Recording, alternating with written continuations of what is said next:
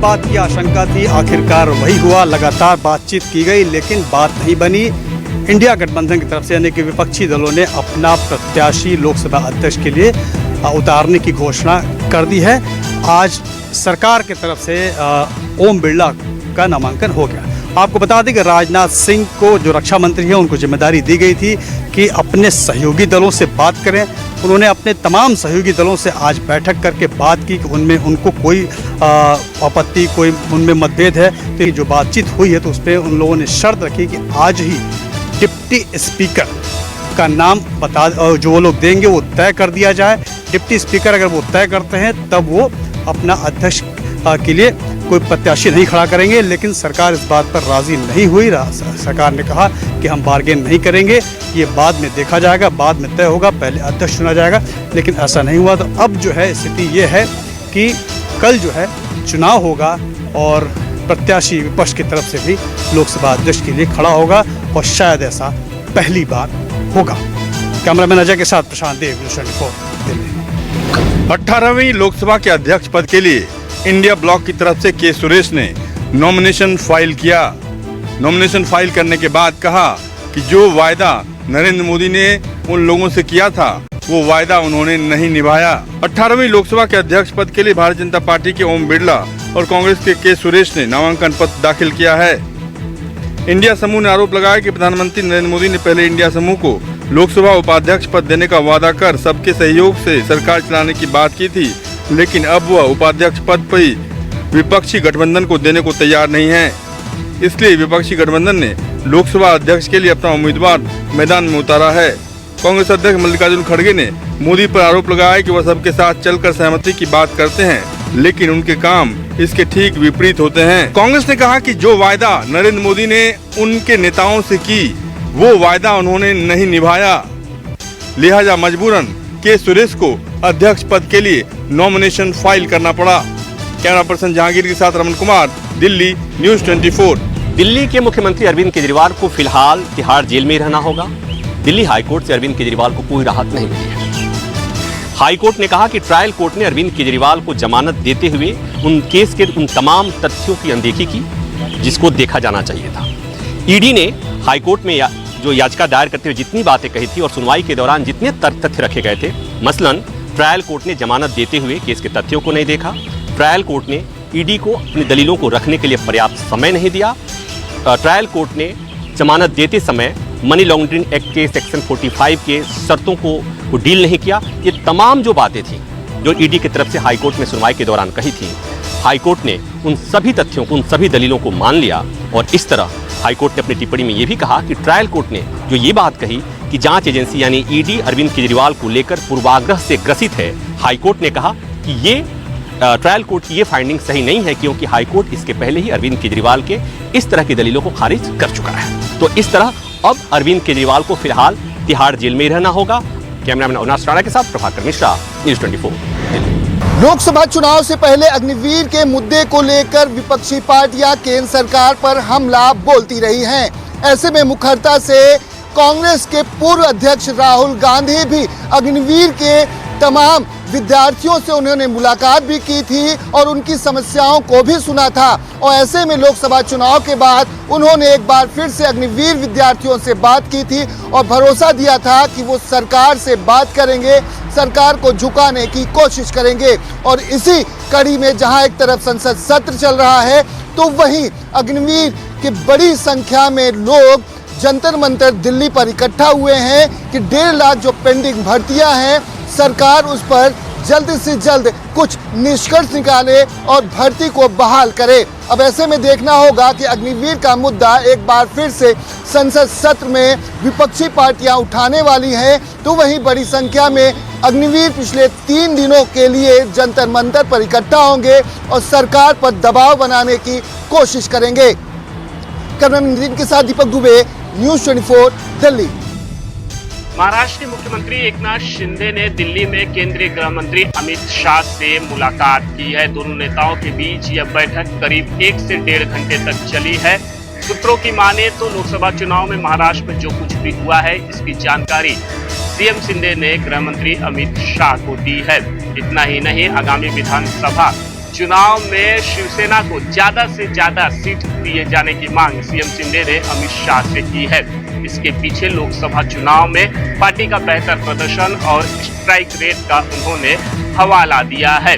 आपको बता दें कि मुख्यमंत्री एकनाथ शिंदे ने अमित शाह से साफ कहा है कि महाराष्ट्र में लोकसभा चुनाव के दौरान कुछ सीटों पर भारतीय जनता पार्टी की दखलंदाजी थी और कुछ सीटों पर उम्मीदवारों के नामों की घोषणा में काफी देरी हुई, जिसकी वजह से चुनाव में महायुति को इसका नुकसान उठाना पड़ा है। आपको बताते चले कि महायुति में लोकसभा चुनाव में सबसे अच्छा प्रदर्शन जो रहा है वो मुख्यमंत्री एकनाथ शिंदे के नेतृत्व वाली शिवसेना का था। कैमरामैन सुनील भारती के साथ राहुल पांडे, न्यूज़ 24 मुंबई। आपातकाल के दौरान जेल जाने वाले कार्यकर्ताओं को लेकर राजस्थान में लगातार राजनीति होती रही है। जब भी बीजेपी की सरकार राजस्थान में आती है तो मीसा बंदियों को लोकतंत्र सेनानी का दर्जा देते हुए उन्हें पेंशन देती है, उनके इलाज के लिए तमाम तरह की योजनाओं की घोषणा करती है। लेकिन जैसे ही राजस्थान में सरकार बदलती है, इनसे यह सभी चीजें छीन ली जाती है। एक बार फिर से राजस्थान की भजनलाल सरकार ने आपातकाल के दौरान जेल जाने वाले लोगों को फिर से पेंशन देने का ऐलान कर दिया है और इसकी शुरुआत कर दी जाएगी। साथ ही उन्हें चिकित्सा सुविधाएं भी दी जाएगी। करीब 20 से 1000 रुपए से ज्यादा की उन्हें मासिक पेंशन दी जाएगी। फिलहाल तो यही देखना होगा कि बार बार मीसा बंदियों के नाम पर होने वाली राजनीति कब खत्म होगी, क्योंकि अब खुद मीसा बंदी यानी कि आपातकाल के दौरान जेल में जाने वाले ये नेता भी कहने लगे हैं कि इस तरह से उनके नाम पर राजनीति होना ठीक नहीं है। कैमरामैन विक्रम सिंह भाटी के साथ Srivatsan, Jaipur, news 24। NEET paper leak मामले में एक बड़ा खुलासा हुआ है। यह अब बिल्कुल साफ हो चुका है कि हजारीबाग से ही नीट के क्वेश्चन पेपर लीक किए गए थे और दूसरी सबसे बड़ी बात है कि क्वेश्चन स्कूल तक पहुंचने से पहले ही क्वेश्चन पेपर लीक हुए थे और जिस सेटिंग के जरिए क्वेश्चन पेपर लाया गया था उसमें भी छेड़छाड़ हुई है।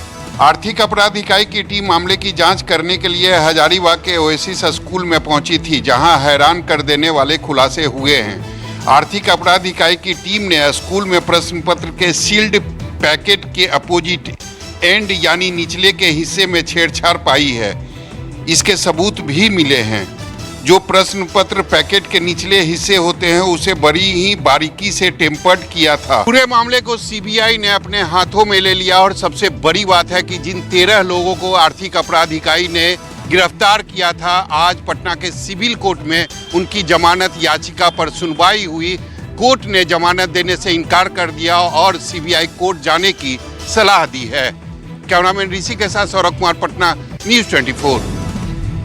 गोधरा में नीट परीक्षा के नकल कांड की जांच सीबीआई को सौंपे जाने के बाद में गोधरा पहुंची सीबीआई को टीम के गोधरा पुलिस ने सौंपी 1000 पन्नों की तफ्तीश रिपोर्ट। दिल्ली से गोधरा पहुंची सीबीआई टीम ने सर्किट हाउस में गोधरा एसपी केस की जांच कर रहे डीवाईएसपी से केस की जानकारी लेते हुए कई पहलुओं पर पूछताछ की है, जिसमें एनटीए द्वारा दी गई कैंडिडेट की जानकारी और ओएमआर शीट के बारे में भी जानकारी साझा की गई है। इस मामले में जब्त किए गए दस्तावेज, नकदी, कार और अन्य दस्तावेजों की पड़ताल सीबीआई करेगी। इसके अलावा गिरफ्तार 5 आरोपियों की पूछताछ के लिए उनके ट्रांजिट रिमांड की भी तैयारी की जा रही है। इस केस को देख रहे गोधरा पुलिस के जांच अधिकारी और अन्य लोगों से जुड़े अधिकारियों से पूछताछ के बाद और केस से जुड़े 1000 पन्नों के दस्तावेज हैंडओवर लेने के बाद अब सीबीआई अपने तरीके से जांच को आगे बढ़ाएगी।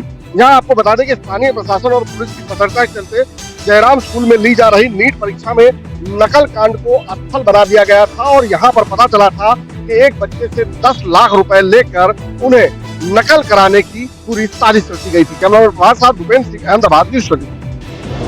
नेशनल टेस्टिंग एजेंसी यानी एनटीए, राष्ट्रीय परीक्षा एजेंसी में जो परीक्षाएं हैं वो सुचारू रूप से हो, निरंतर होती रहे और ट्रांसपेरेंसी रहे, इसके लिए शिक्षा मंत्रालय ने एक हाई लेवल कमेटी किया था। ये 7 सदस्यीय पैनल है जिसमें आईआईटी दिल्ली के स्टूडेंट डीन भी मौजूद हैं, साथ ही साथ एम्स के पूर्व dean Randeep. Law established that I will uphold the sovereignty and integrity of India and that I will faithfully discharge the duty upon which I am about to enter. Jai Hind, Jai Samvidhan.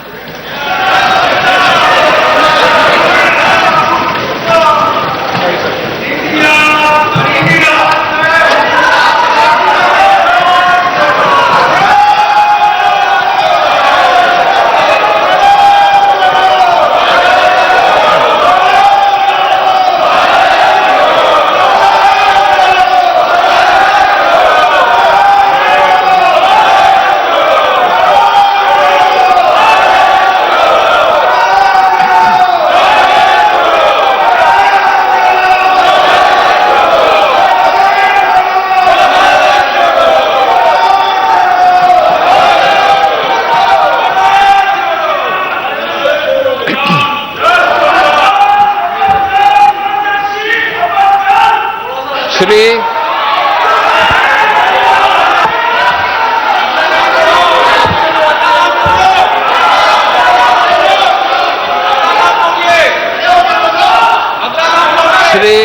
Kishori Lal,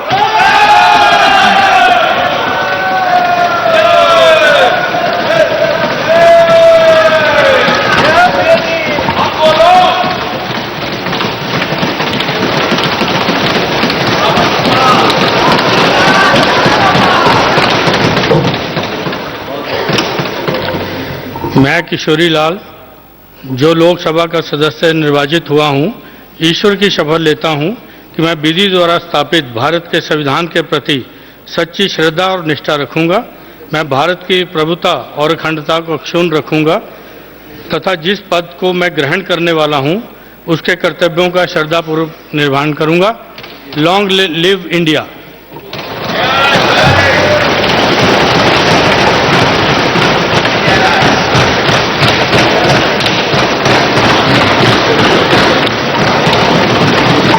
Shri Ram Bhual Nishad,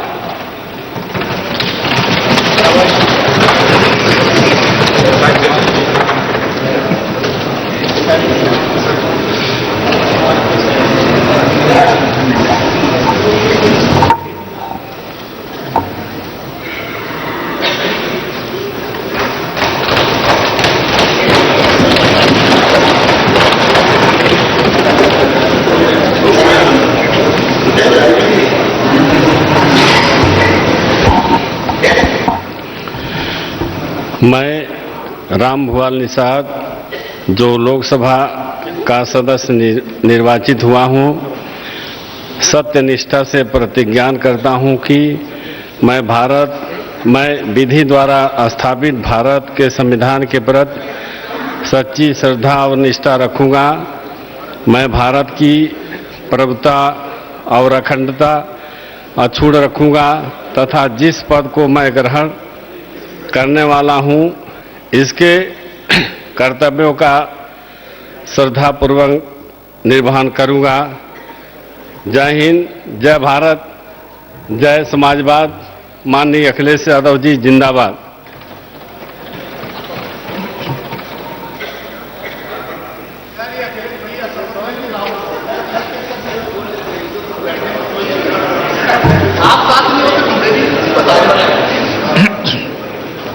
Shri Shivpal Singh Patel, doctor SP Singh,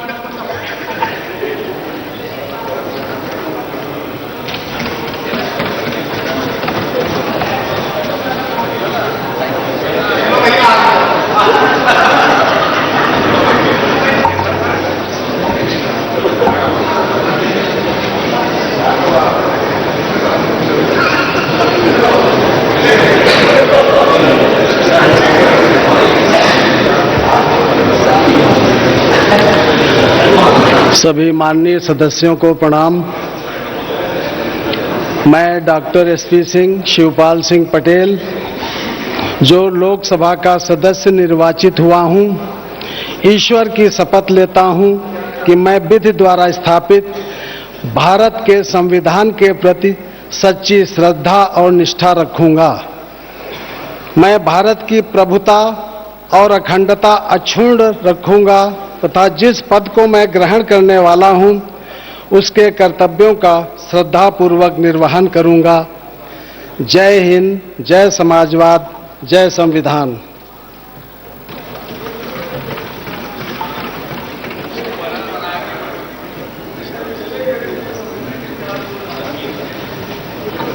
Shri Mukesh Rajput,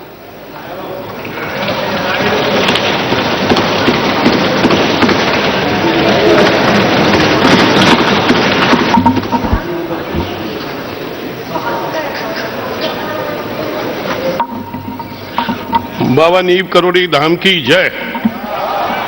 मैं मुकेश राजपूत, जो लोकसभा का सदस्य निर्वाचित हुआ हूँ, ईश्वर की शपथ लेता हूँ कि मैं विधि द्वारा स्थापित भारत के संविधान के प्रति सच्ची श्रद्धा और निष्ठा रखूंगा। मैं भारत की प्रभुता और अखंडता अक्षुण्ण रखूंगा तथा जिस पद को मैं ग्रहण करने वाला हूं, उसके कर्तव्यों का श्रद्धापूर्वक निर्वहन करूंगा। वंदे मातरम। भारत माता की जय।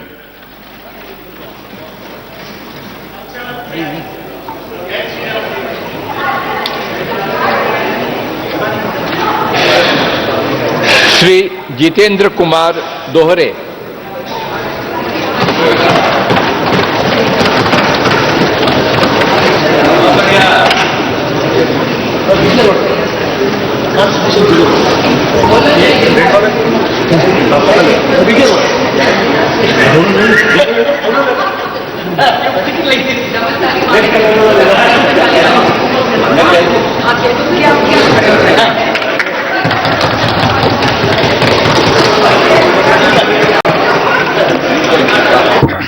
मैं जितेंद्र कुमार दोहरे, जो लोकसभा का सदस्य निर्वाचित हुआ हूं, सत्यनिष्ठा से प्रतिज्ञान करता हूं कि मैं विधि द्वारा स्थापित भारत के संविधान के प्रति सच्ची श्रद्धा और निष्ठा रखूंगा।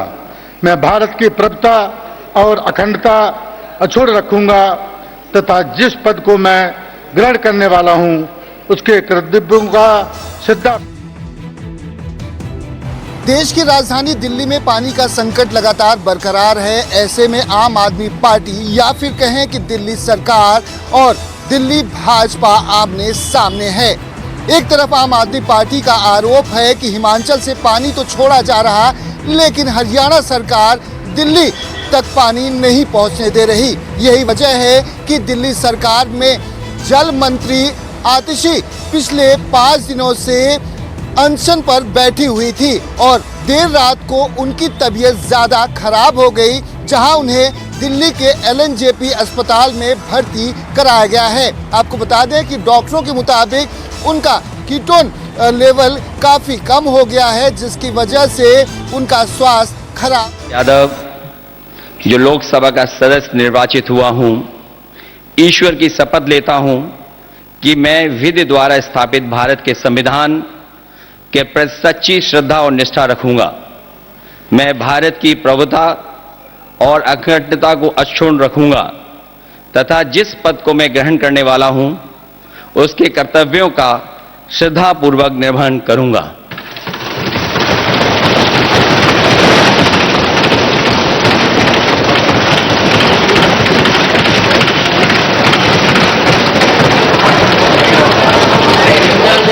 श्री रमेश अवस्थी।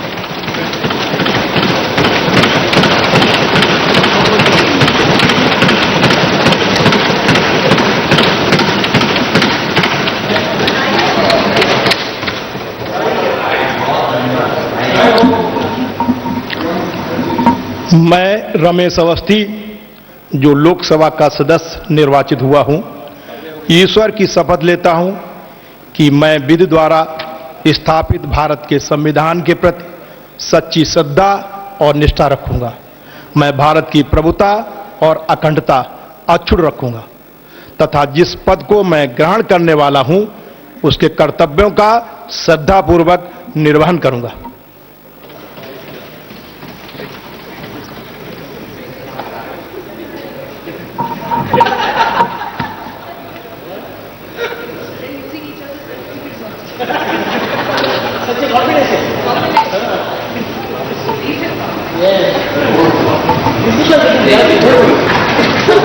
श्री देवेंद्र सिंह एलियास भोले।